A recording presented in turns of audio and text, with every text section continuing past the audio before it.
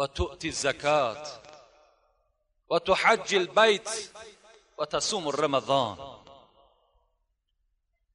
پیغمبر خدا در جواب این مرد میگه جواب داد اسلام این است: اولا عبادت کن خداوند را و خداوند را چنان بشمار که هیچ ذات و شریک ندارد. خداوند فرزند ندارد، خداوند پدر ندارد، مادر ندارد، اولاد و خویش ندارد. دویم 5 وقت نماز خواندن است. رسول اکرم سوال این مرد جواب گفته ایستاده است. سوم زکات مال دادن است. چهارم اگر قوت داشته باشی حج کردن است. پنجم ماه مبارک رمضان روزه داشتن است. صدقت یا محمد فعجبنا. وقتی میگه رسول الله این جواب به این مرد گفت، این مرد گفت راست گفتی ای محمد. ما در تعجب افتادیم این کی هست که خود سوال میدهد باز خود تصدیق میکند. حضرت میگد باز این مرد میگد سوال دادن دوام داد. اخبرنی عن الایمان. از ایمان محمد بر ما خبر بده. رسول اکرم چی گفتند؟ ان تؤمنوا بالله و ملائکته و کتبه و رسله والیوم الاخر و تؤمنوا بالقدر خیره و شره. قال صدقت یا محمد. رسول اکرم جواب پره به این مرد داد. گفت ایمان این است که باوری کنی اولا بر وجود خدا، بر هستی خدا انسان باید که باوری داشته باشد. برادرای عزیز، پیش از آنی که این حدیث ما بر شما پره این حدیث مشهور هست بیان کنم، در همین نکته یک چیزی را برای شما یادآور میشم. حضرت به ما و شما بیان دارد، پیشوای ما و شما پیغمبری خدا، اول این که شما ایمان داشته باشین بر وجود خدا، بر حاضر بودن خدا شما باور داشته باشید. اگر انسانی که خدا را عبادت میکند لکن در وجود خدا شک و شبهه داشته باشد، وای بنده از دایره ایمان اسلام بیرون است. این عقیده باطله که یک توده مردمی گمراه داشتن برای نبودن خدا، این عقیده باید در مردم مسلمان نباشد. من وقتی که یک کتاب مطالعه کردم عقیده مارکس در اونجا یافتم. مارکس گفته است خدا وجود ندارد، خدا انسان را نه آفریده است بلکه انسان خدا را آفریده است. این عقیده مارکس است و این دین اسلام گفته است. در عقیده کتاب در دست ماست. این دین اسلام گفته است دینی هست که بعضی ثروتمندها این ایجاد کردن برآوردن، خود نعمت این دنیا را میخورن لکن مظلوما و بیچاره ها را به نعمت اخروی وعده میکنن. این باطل است. این عقیده باید در مردم مسلمان ما نباشد.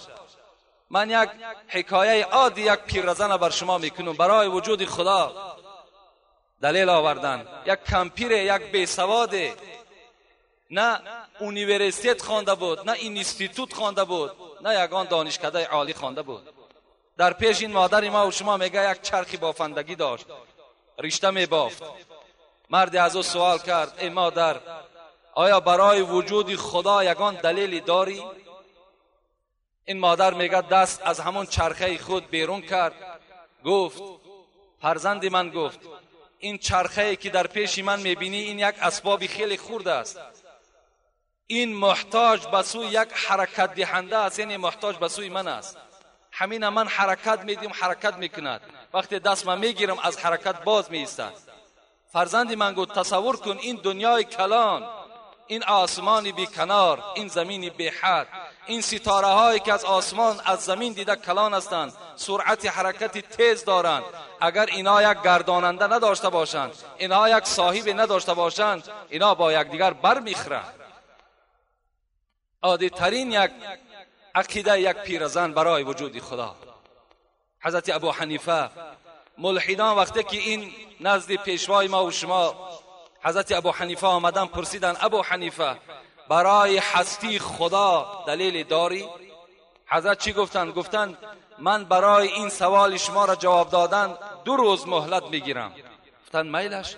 بعد 2 روز وقتی که حضرت ابو حنیفه رو پرو شد به این ملحدان، ملحد گفته کسانی هستند که انکار کننده خدا هستند، بر وجود خدا باوری ندارند.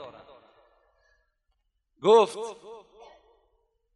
ابو حنیفه برای چی برای یک سوال جواب دادن 2 روز مهلت گرفتی؟ حضرت ابو حنیفه گفتند من در یک فکری بودم، یک کشتی گفتن در یک بحر حرکت میکرد، بالای خودش بسیار متاعای زیاد داشت، چیزهای دنیایی بسیار بار کردگی بود، لیکن آدم نداشت، حرکت میکرد. همون من در فکر همو بودم که حالی او چی میشیده باشد. اینا گفتن ابو حنیفه تو عقل خود خورده؟ نخواه کشتی در بحر به آدم حرکت کند. گفت من منتظر همین سوال شما بودم. وقتی یک کشتی در بحر به آدم حرکت نکند، این دنیا را که حرکت میدهد؟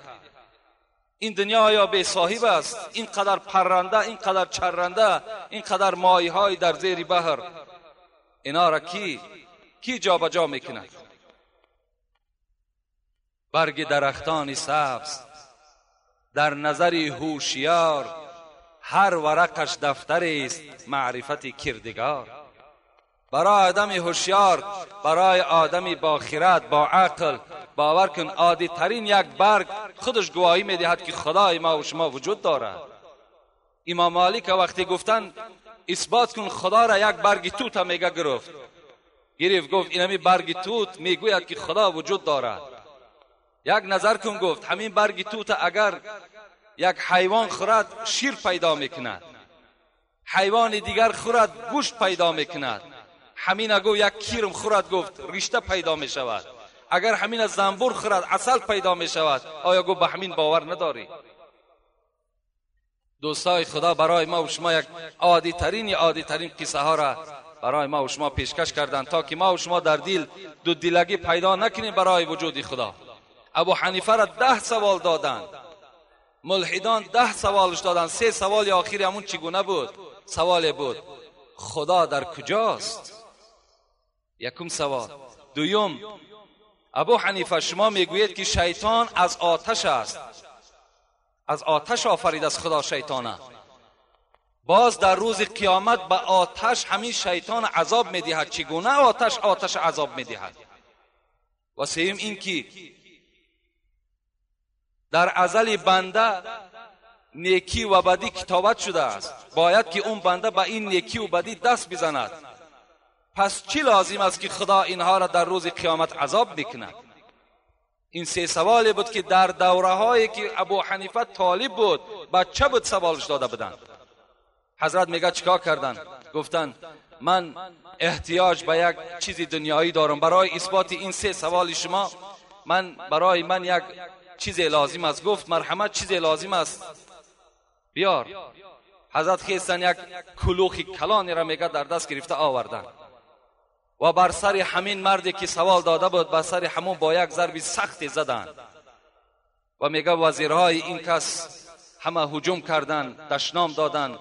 گفتم دشنام ندهید، این عمل را من انجام دادم تا که از این مسئله من 3 سوال شما الحال خارج می شود. گفتن چگونه؟ گفتن از همون مردی را که زده بود ابو حنیفه پرسیدش آیا از همین ضرب کلوخی که من در سر تو زدم آیا درد در وجود تو پیدا شد؟ گفت بله. گفت خونها از سر من حرکت کردند برآمدند. گفت درد از کجا برآمده ایستاده است؟ گفت از جای زخم. گفت همون درد را برای من عیان کن، نمایان کن که همون درد در کجاست. یعنی همون درد با چشم دیده می شود؟ گفت نه، درد را با چشم دیده نمی شود.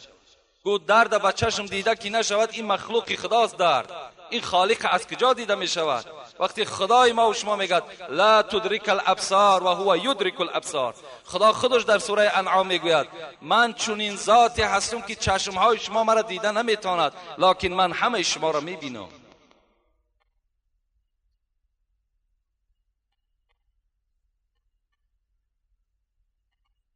و گفت سوال دادی که شیطان از آتش آفریده شده است. بله، وقتی شیطان خدا امر کرد که آدم سجده کن، گفت خلقتنی من نار و خلقته من طین. ای خدا، گفت تو مرا از آتش آفریدی و یا از خاک آفریدی. آتش از خاک افضلتر است، ما وی سجده نمی کنم. و این